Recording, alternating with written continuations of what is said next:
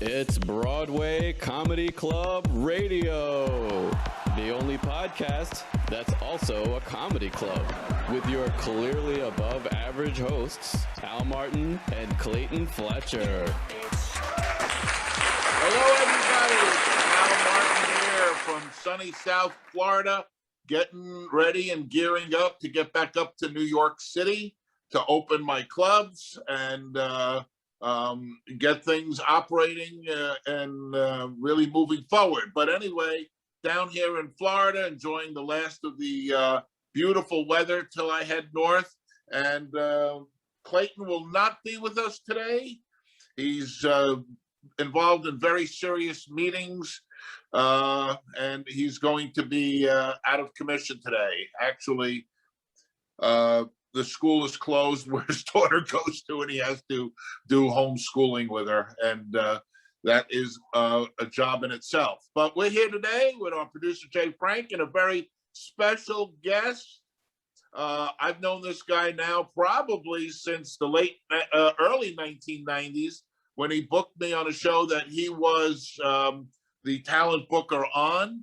And he's had an outstanding career in the entertainment business, and he's now moved on to an exciting new project, which we're going to talk about. My pleasure to introduce my friend Ross Marks. Ross. Hey Al, thanks for having me on. I'm excited. We've known each other over 25 years. Years. When I was booking Evening at the Improv for the A&E Network, I booked you to do your first TV appearance. That's on right. Our show. That's right.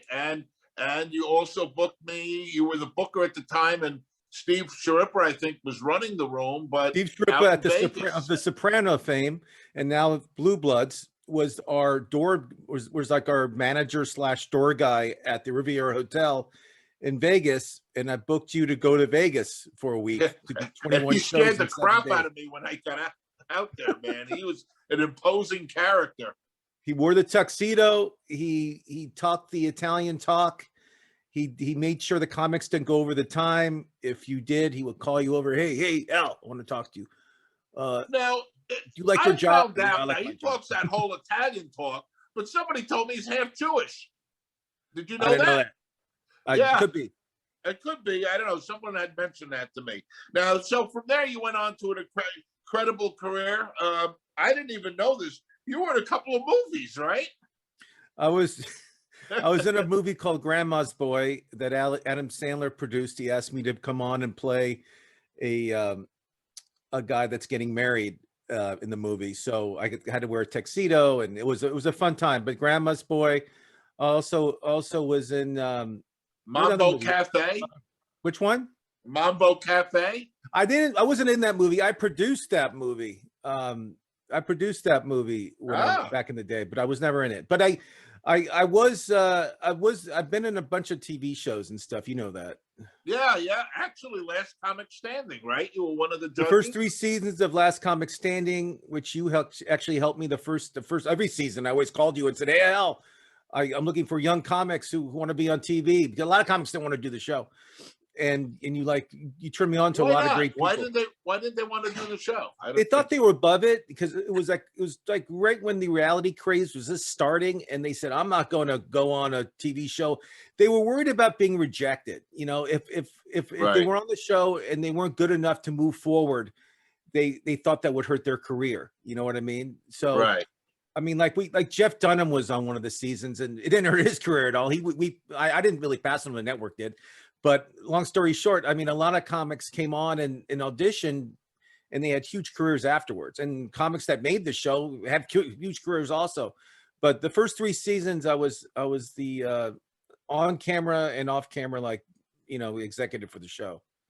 Yeah, I mean, what I've always admired about you is when one gig came to its natural end, you were always bouncing into something else even more spectacular. Then you spent many years on the Tonight Show, right? That was my favorite gig. 15 years on the Tonight Show, best job ever. We were number one ever since I got there. Ever since I left, we were the number one late night talk show.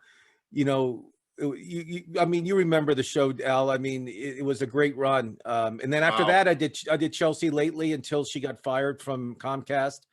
But you know, it was a great time to be in late night television when I was working there. Yeah, I mean, incredible run there.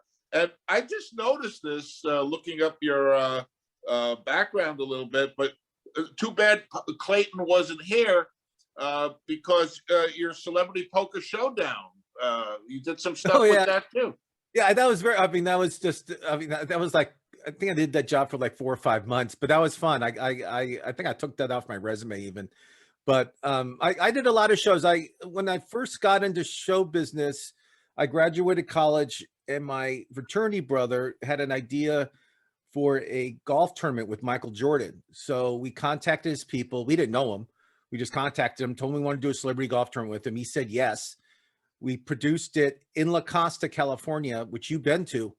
And we did 2 years. I was like 22 years old. I was producing Michael Jordan's golf tournament down in La Costa. It was unbelievable. I mean, you know, I don't know if you know my co-host's background, but he, I think 2 years ago, came in 29th in the main event at the WSOP. Oh, he did? Okay. Yeah, and he made a lot of money. And then yeah, I was going to play last. I mean, I enjoy going to the smaller events. I don't do the $10,000 run. I like the Omaha game. I like the smaller games during the World Series week. I'm not a big Hold'em player. I'm more of an Omaha guy. I like well, that's a great games. game, Omaha. Yeah, I like high-low games. That's why I play. But I do appreciate. I mean, I'm friendly with Norm Chad, who's the voice of the World Series of Poker. And if I'm in town, I'll go and watch with them. It's fun. We have a great time. Yeah, no, it's a really a great game. And then, of course, you've now started this incredible gig that you're doing in your new persona, Ross the Boss.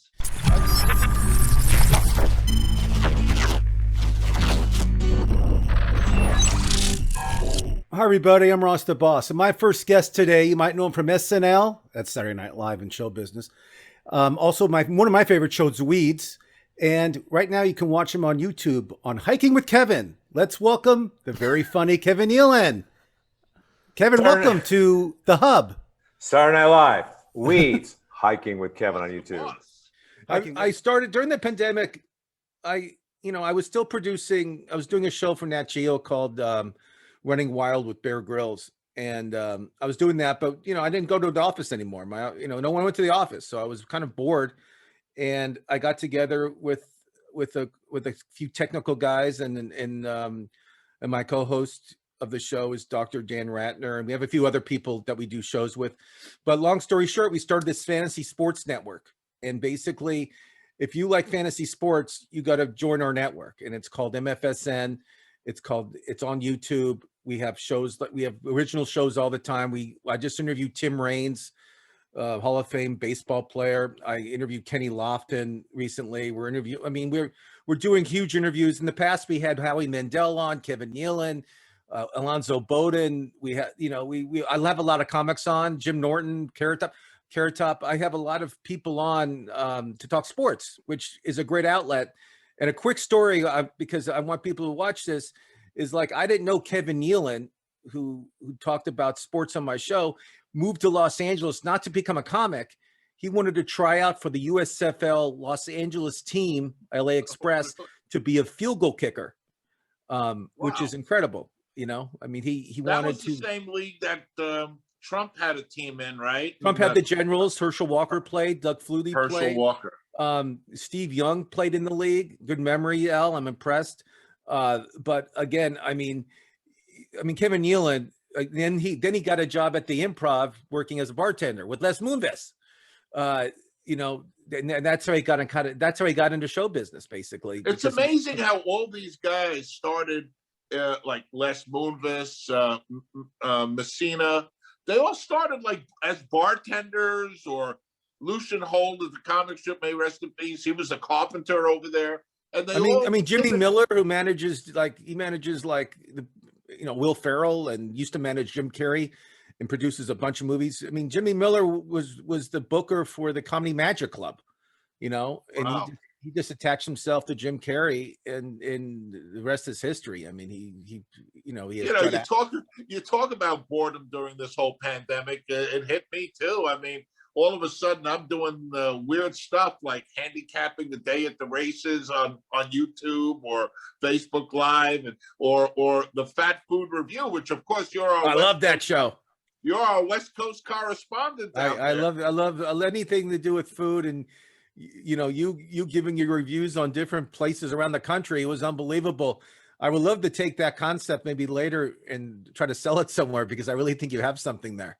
So thank you. Yeah, I'd love to work on that with you. It'd be a great project. But I want to get back to what you're working on now. And to me, I've always had a love of sports, and excited. I got to listen in on the show the other day. Even sent you a question. But what do you think of the? One thing I've noticed, that there are a couple of teams you root for that are not based out of LA. I have a lot of family in Cincinnati. My dad was born there. I used to go back there every summer. I was always raised as a Cincinnati Reds fan. I used to go to games when they were the Big Red Machine back in the 70s when I was a kid. Oh, I love that I was team. a kid. My aunt and uncle, we used to go to I was there the whole summer because my parents were divorced, and my dad would send me there for the summer with my brother. And long story short, so anything to do with Cincinnati, I'm a fan of.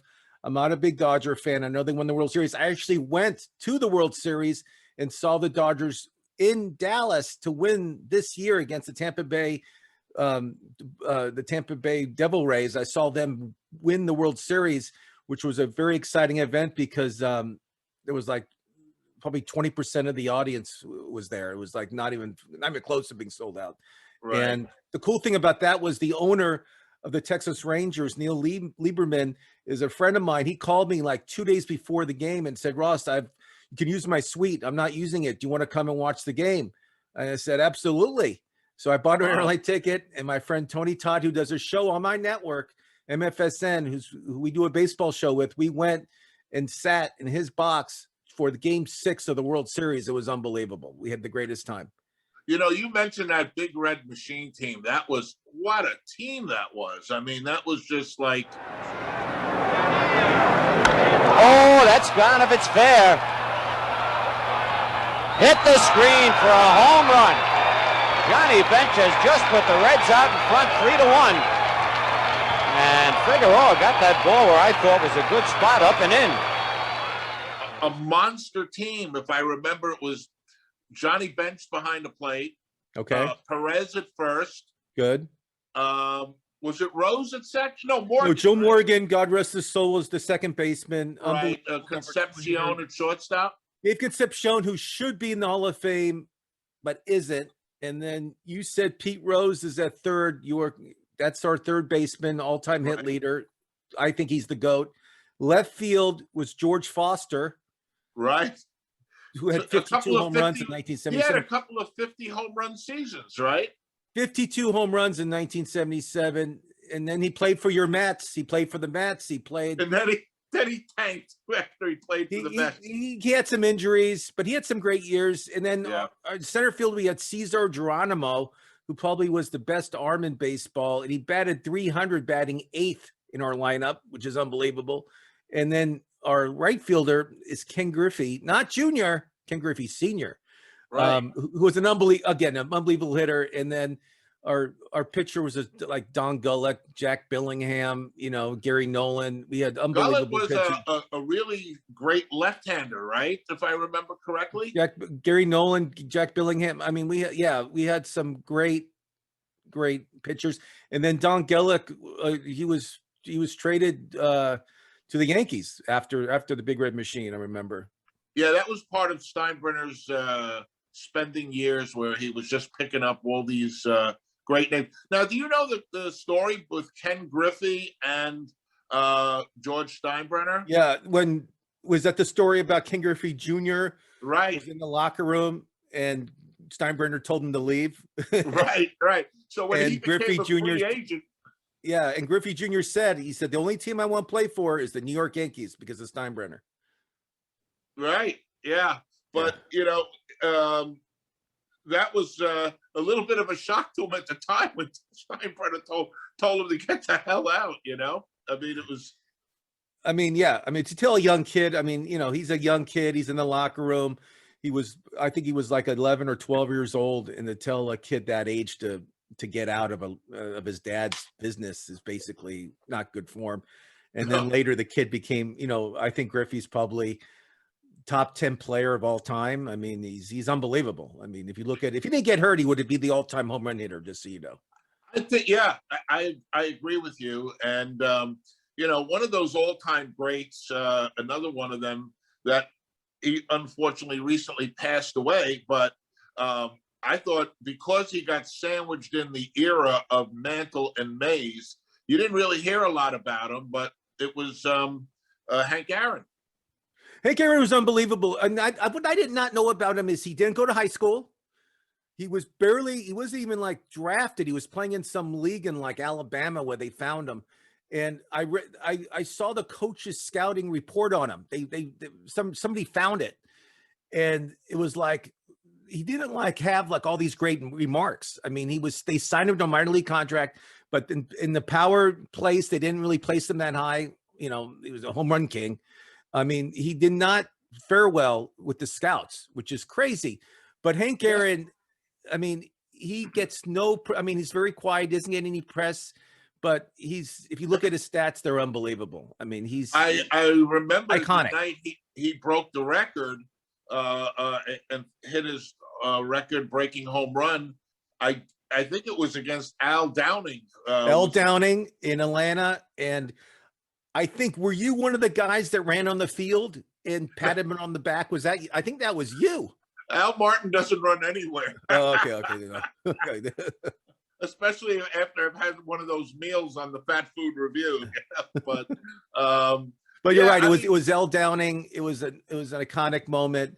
And I mean, Hank Aaron, we lost a lot of great players Joe Morgan we lost this year, as I said before. Hank Aaron. I mean, there's been a lot of Tommy Lasorda passed away this year. There's been there's a lot of big names that passed away this year. I don't think it was COVID related, even though there's some theory that Hank Aaron got the COVID vaccine shot and a week later he died. But I just think it was natural causes. I don't think these guys are all up there in year. I mean, Lasorda, I think, was about 90, right? 92, I want to say. And he was, a lot of as people he was in their 90s now, Yeah, I mean, and he never took care of himself. I mean, remember, he was always overweight. He never, again, he liked his pasta. He liked the pasta. He was on Slim Fast for a little bit. He lost all that weight because they paid him millions of dollars. But long story short, but again, these people are living a lot longer. It's unbelievable, and I mean, look at the players players are playing longer, the players are playing into their 40s now. It's look at Tom Brady. It's unbelievable. So you're a big sports guy. Two people that always fascinate me, and I wonder in terms of Hall of Fame whether they deserve to go in or not. Me personally, I think it's time for Pete Rose to unless, I wonder, is there something he did really bad that they're not telling us not to let him back in? Because they've let so many guys into the Hall of Fame that were not exactly choir boys, and they're taking such a hard line with Pete Rose. I mean, look at Ty Cobb. I mean, he would say the N-word to players, to people all the time. I mean, on the field, off the field, he was a horrible racist, and no one talks about that. And he's in the Hall of Fame, first ballot. But I mean, Pete Rose definitely should be in the Hall of Fame. He paid his debt. There's a lot worse guys than the Hall of Fame that have criminal records that are a lot worse than Pete Rose's. But I don't know what's going on. But I think Pete deserves to be in the Hall of Fame. It'd be a tragedy to not have him in before he dies. He's getting older. I just want to see him get up there and feel that moment of being in the Hall of Fame. But Al, I agree with you. I think he should be in the Hall of Fame.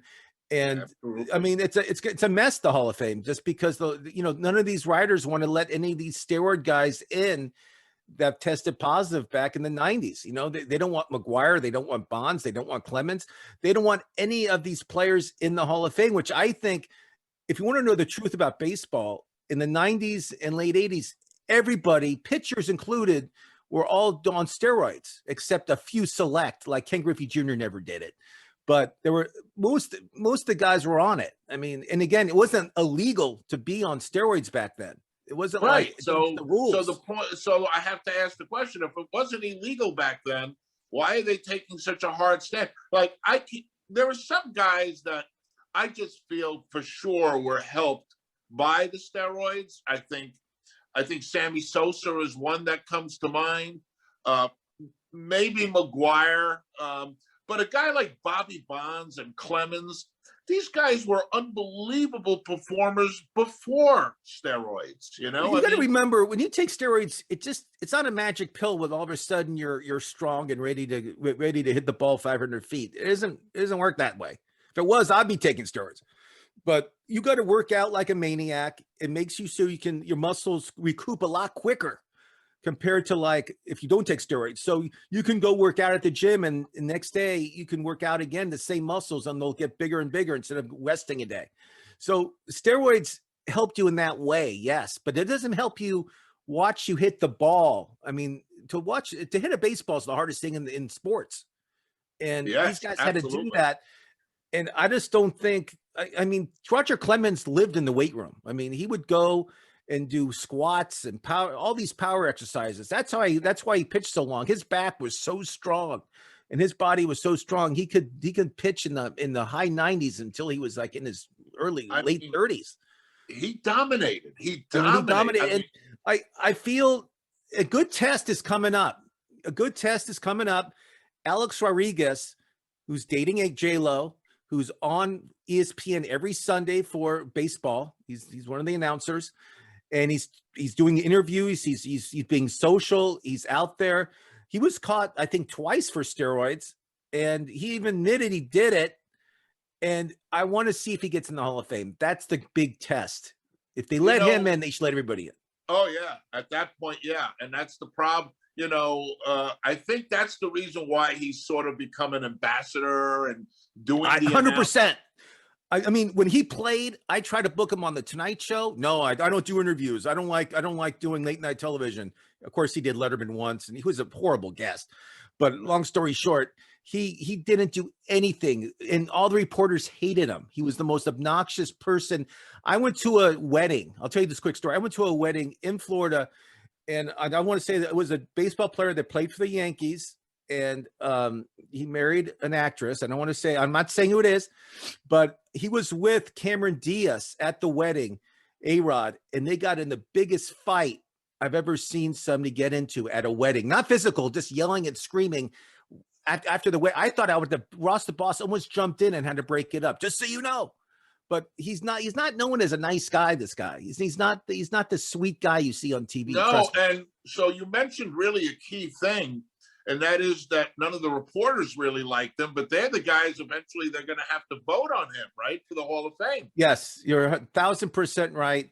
And there's some players that don't get in because of their attitude they had with the reporters when they played. It could be Bobby Bonds, could be one of those type of Barry guys. Bonds. Bobby's his dad, but Barry Bonds. Bobby is the father, Barry.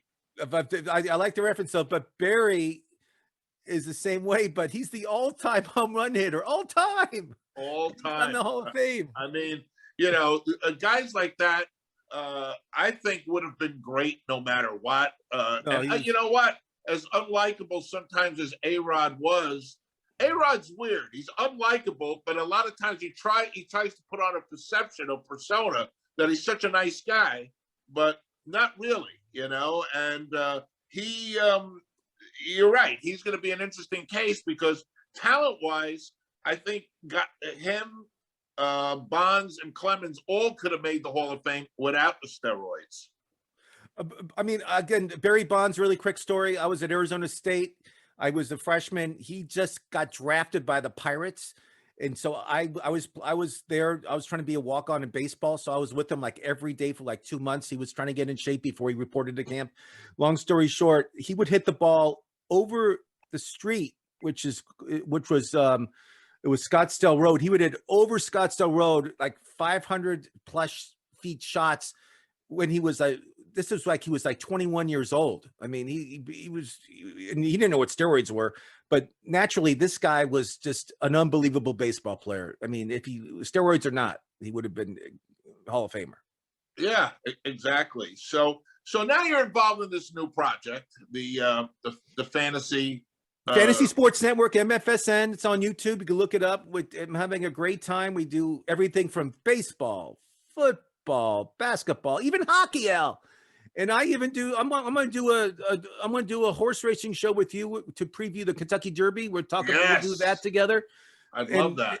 And we it's all sports, but we also do interviews. Like I told you, we do Hall of Famers, baseball. We do UFC. I'm doing Bruce Belfer, who's the announcer for the UFC. I mean, I'm This is going to be huge. I'm having a great time, but sports is my passion. I love comedy too, as you know.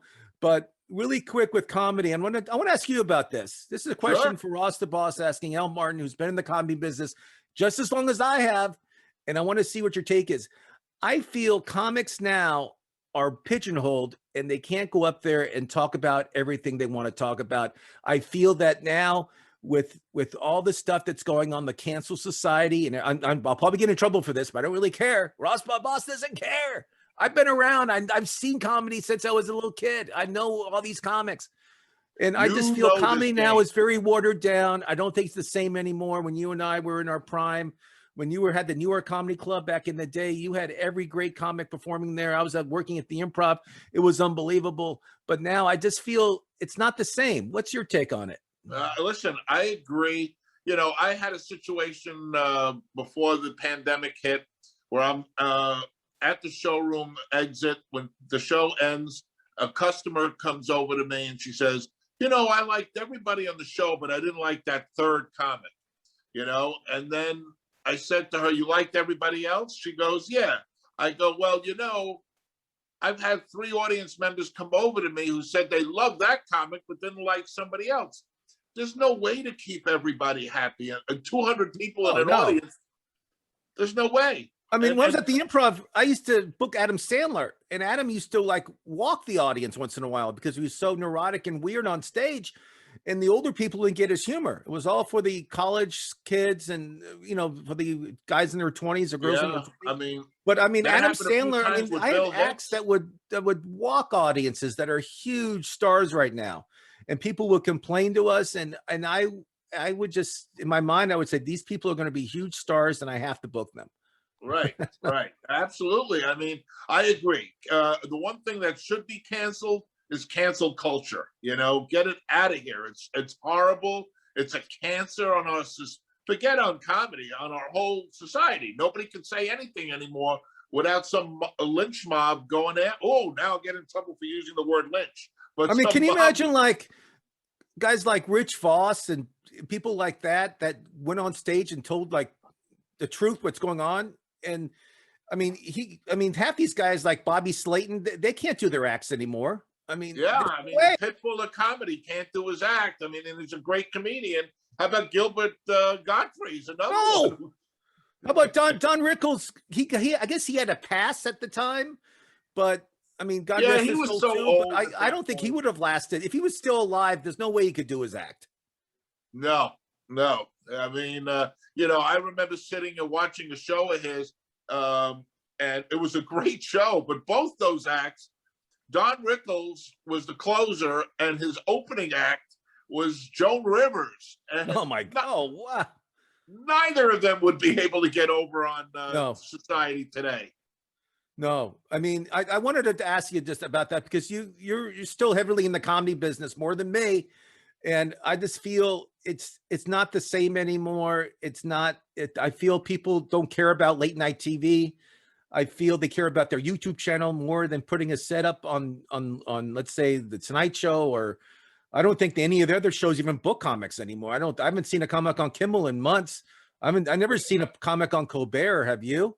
I can't even watch Colbert. To me, I don't watch it. I don't watch any late night, but it's this a shame. Ever since Leno and Letterman left, it's just there's no presence of stand-up comedy really that much on late night, except for Fallon. I don't want to hear And like, those oh, two Fallon, guys- he does book comics. I'm not disagreeing. He does book comics.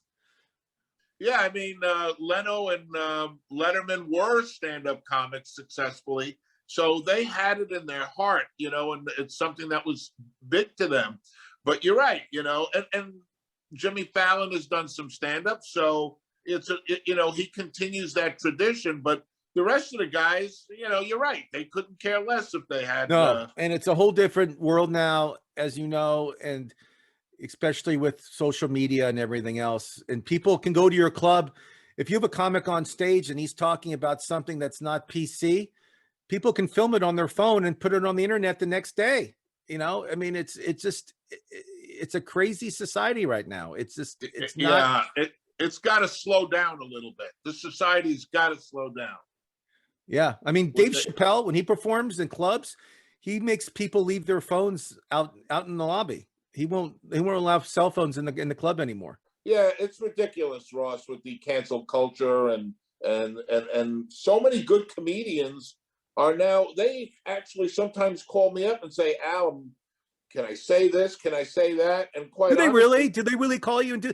I mean, now it's getting way out of hand. They're asking you if they can do certain jokes. right. And my answer is do whatever the fuck you want, really. You know, No, I you have to have the only thing you can't do is yell fire. That's it. You can do anything else you want. It doesn't matter. Right. You know, if it's funny, it's funny, but it's a shame that they're calling you to get your approval. The younger comics are doing that sometimes, but the older guys and gals, they're just going to do what they've done. But some of the newer, younger comics, they're nervous. It's a shame. Crazy. It's a different society, and it's a whole different thing going on with stand-up. And I mean, guys like Louis C.K., I mean, he can't even, he's back doing clubs again. He's not even doing theaters anymore, which is, I mean, Louis is one of the funniest guys I know. Unbelievable. You know, they asked me when this first occurred, would you book him again? And I said, the guy's been off a year. He lost his TV show. You know, he didn't commit a murder here. You know, he has a right to make a living. And, you know, I got a few emails about that interview, and I, you know, printed them out and threw them in the garbage, you know? I mean, No, good for you. I mean, again, we all know comics are creatures, and they're sometimes they make mistakes. Like everybody does. Everybody makes mistakes. I mean, look at Deshaun Watson, who plays the quarterback for Houston. He went on the internet, went on Instagram, contacted all these masseuses, and 19 of them filed suit against him because he did inappropriate behavior during the massage.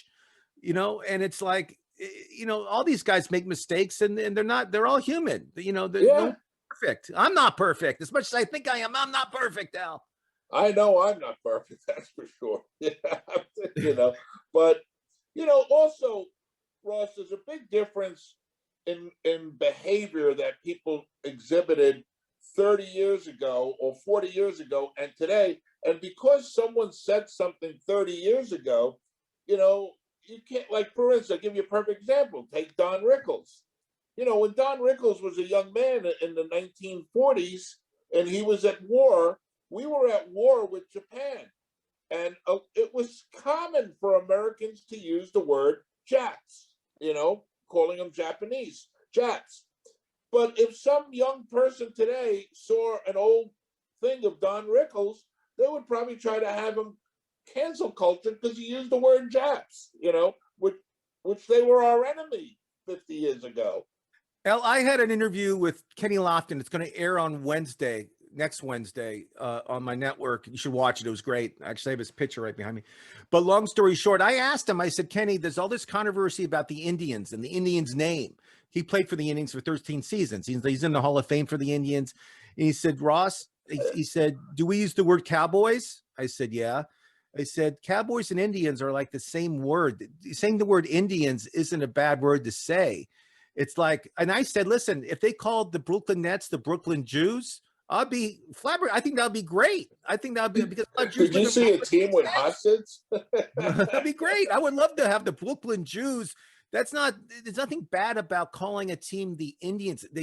the Indian population was very heavy in the Ohio area back in the in the early 1800s and in the early 1900s. And I get why they call it the Indians. I understand it culturally, but to just rule it out because for some reason the word Indian is not a nice word. Kenny nailed it, and for him to say that to me tells you a lot of things. Well, I always remember Kenny Lofton as a Yankee killer, so he used to kill us sometimes. I mean, he played on 11 teams, and 6 of the 11 teams made the playoffs. How great is this guy? When he was 39 years old, really quick, and I'll go talk about what you want. He was 39 years old. He batted .335, 12 triples, 32 stolen bases. The following year, he had no place to go. The Tampa Bay team offered him a contract for minimum salary. And he just said, you know what, it's time for me to quit. I don't know what else I can do. So he retired. Yeah, I mean, you can answer one question for me. We know on the Big Red Machine, Tony Perez was at first, but didn't Lee May also play on that team? No, Lee May was early 70s. Oh, he okay. played in the Reds never made the World Series. They made the pennant a bunch of times, but Lee May was retired back. I think Lee May retired in 73, 74. Okay. He was not part of the Big Red Machine as much as we would love to have him as. Either was Tommy Helms, there's been a lot of guys that play for the Reds were not part of the Big Red Machine. But again, we had some great players, as you know, in the past. And so Ross, spring training is wrapping up, done. And we're in the 2021 baseball season. Any thoughts and projections where we're going to go this year and who's going? Yeah, let's talk about it real quick. So, this year they're introducing new baseball. It's going to be, the baseball's not going to, supposedly, it's not going to be like lively. It's going to be, it won't fly as far as the other baseballs did. That sucks. I mean, every year they break the record for the most home runs. So, new baseball. I don't know if that's going to affect the game at all. I think these players are physically, they're so fit and they're so trained to hit the ball.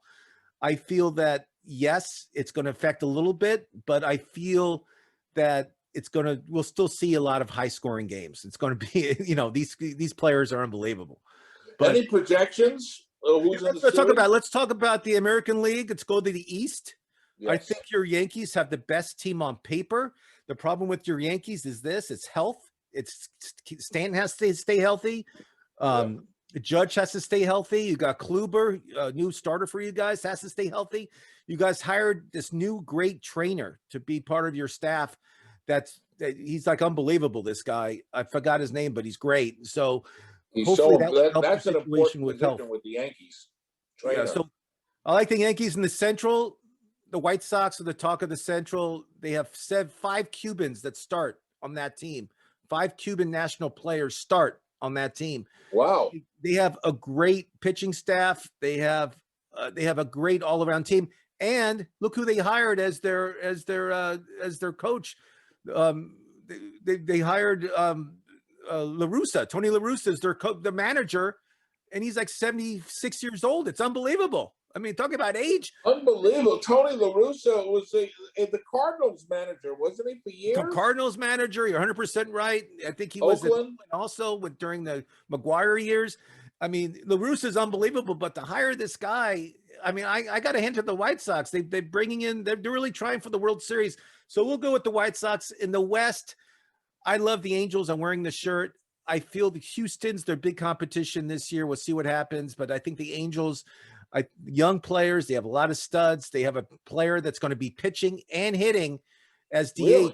which is unbelievable. He'll be pitching all the time. Another thing about baseball this year, there's going to be six-man rotations. A lot of teams are going to 6-man rotations. I don't know why. That's a whole nother subject for me. I think the pitchers are babied. Well, I'm tired of pitching. Bob Gibson, you remember Bob Gibson, right? What was that, a 1.96 ERA one year or something like that? I mean, 1.12? The coach used to come out and talk to him if somebody got a home run or hit off him, and he would just say, listen, just get back to the dugout. I don't want to talk to you. He had no pitch count. He would pitch complete games all the time. Doesn't matter. Koufax, the same thing. Now these players, pitch counts. Okay, we're only throwing 80 pitches a day. Why? Look at the Look at the Tampa Bay team. If Yeah, I was just Snell, gonna say Tampa Bay. What are they? Some games they go through 7 pitchers, 2 innings each, and or they lost the something? World Series because Blake Snell was taken out of the game. He was rolling. I was at the game. He was rolling. He was unbelievable. He was striking out people. He was throwing a shutout. He was unbelievable, and they took him out, and then they lost the game. And the Dodgers won the World Series. Who knows? Sometimes So over managing, Sometimes it's it's just just it's analytics. Al, it's analytics, and they look at the stats. And What do you feel about analytics briefly? What's your thought on you it? saw Moneyball, didn't you? I mean, with Brad Pitt. I mean, analytics works, but I think when it's all said and done, it comes from the player's heart, it comes from their skill set, it comes from there's a little luck involved. If the player guesses on the right pitch and hits a home run, there you go. But analytics works, but you gotta look at the player, you gotta look at your team, you gotta look at the situation. It's a piece of the puzzle, but it's not the whole puzzle. And I I think can't imagine Earl Weaver and Billy no Martin, Sparky and Anderson. Sparky Anderson dealing with any of that, right? No. So let's talk about the National Yes. the National League. The Mets. Lindor signed a huge contract, 10-year, $341 million he signed. Unbelievable.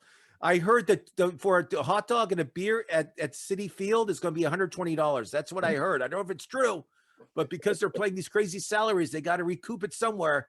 And Yeah, they're not used to Yeah. paying crazy salaries in Flushing, Queens, new ownership. But the Mets have the Groom, I think, is the best pitcher in the National League. I think he's great. I mean, he's unbelievable. The Mets have a good team. Atlanta has a great team too. So the East is going to be a dogfight with Atlanta and the Mets. And the Nationals. The Nationals are good too. They lost a few players, but they got Josh Bell from Pittsburgh. They'll be good too. But I don't think they can compete with Atlanta or with the Mets. In the Central, as you know, I'm a big Reds fan, but if I had to guess, I would say St. Louis with the free agent additions they picked up during the offseason. They're going to be very tough to beat. In the West, we got 2 great teams, unbelievable teams. We got the Dodgers, who picked up the Cy Young winner, Trevor Bauer. They picked him up during the offseason. So now they got the Cy Young winner this year. And the San Diego Padres, who are unbelievable pitching and great hitting with Tatis and Maldonado. They're going to be great too. I mean, there's some really good, great teams out there, and I can't wait for baseball. I can't wait. The Dodgers also, that's one of those franchises that just always seems to be, that's such a great sports town. Whether it's the Lakers, I've always been jealous in the way of LA. New York's had a big drought in our sports teams for probably 10 years at least, but all these other teams in LA, they're always in the thick of it, whether it's the Lakers or the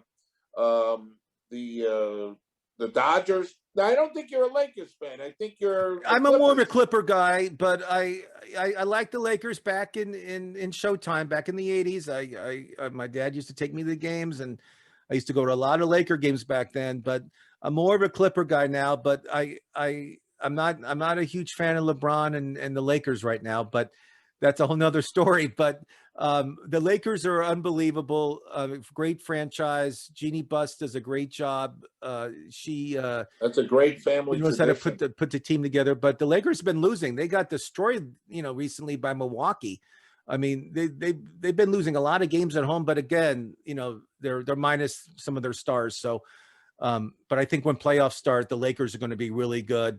I think the Clippers will be really good. And I think the team to beat right now is your team, the Brooklyn Nets, who are they put together a big 3 or 4 players, huh? I mean, they picked up like Blake Griffin now. They picked up, they also got Eldridge from San Antonio, who's unbelievable. I mean, Brooklyn they have those 3. Durant hasn't even played in 2 months, and they're still like in first place, and they'll probably be a 1 seed in the East. And without Durant, can you imagine when Durant comes back?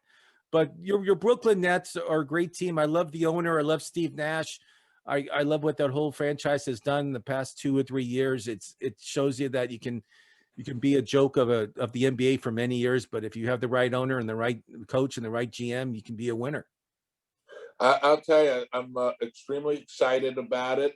and I'm extremely excited about this project you're on. And let the audience know, I think as we're getting close to our time, let the audience know where we can find Ross the Boss. It's Ross the Boss. It's me. We do a bunch of shows. We also do a basketball show with Sully McCullough, who's a stand-up comic. He does a weekly basketball show where he talks about everything from like what are the hot shoes to buy to like players to. He makes it funny. It's a great show. But we have a lot of stand-up, not stand-up shows, but more comedy-related type shows. We do interviews with everybody, like as I mentioned before, from Mark Cuban to Howie Mandel to Kevin Nealon to comics that like Jim Norton did my show. I had Carrot Top even did my show. But we do a vast amount of interviews, but we also do weekly fantasy shows. If you're into fantasy baseball, you got to subscribe to our channel. We do a waiver wire show. We talk fantasy baseball. We talk fantasy basketball, fantasy football. We're huge on.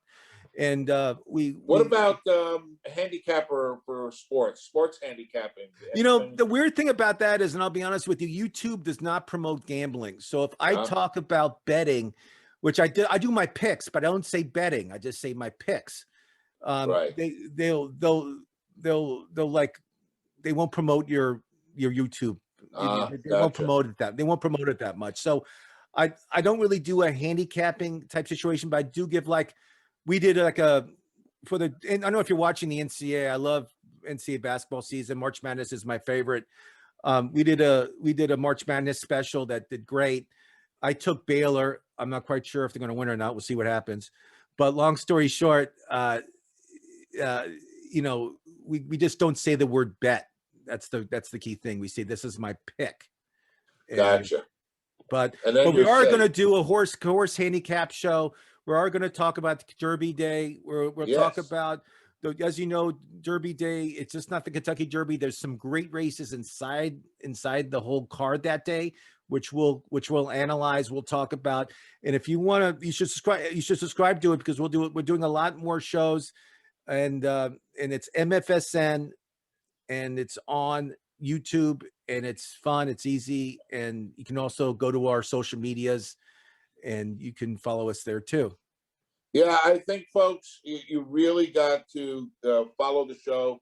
Ross the Boss, I listened in on one of the episodes the other day. High energy. He's right on the money. He has a lifetime of experience, not only in comedy, but in sports. And it was a fun, fast-moving show. And it's fun. And today, I'll give you an example. I'm doing a fantasy hockey show today, live, with Party Marty, who's a big fantasy hockey expert from Canada. And during the show, he'll down about 6 Guinness beers, and he'll he does these Irish car bombs, they're called. It's a Guinness and something else he downs. But by the end of the show, he's like drunk. but he so it's good to even be a little late listening in, because he's probably progressively drunker as the show goes on. It's just, we like to have fun. You watch these sports shows. I don't know if you watch them at all, but they're boring. They're dry. So I play my character, Ross the Boss. I have a great time with it. We yell and scream. We talk about real issues. We talk about funny issues. We do everything. And, that's the reason I love coming on these comedy shows and having comics on my channel, because, it's about having fun. People want to be entertained, and that. You own comedy clubs. Yes. Entertainment. Yes. So folks, this has been a lot of fun. I've really enjoyed talking to my old friend Ross the Boss. Now I can't even call him Ross Mark. I have to call him Ross the Boss. And listen in on his channel. It's going to be a blast. Looking forward to doing the Derby and the Triple Crown picks, and it's going to be a lot of fun. So for Clayton Fletcher, who's absent today, and he would have loved this episode because he's a poker player, a sports aficionado, comedian. For Jay Frank in the booth and our special guest, Ross the Boss, Al Martin saying goodbye, and see you next week. I just like to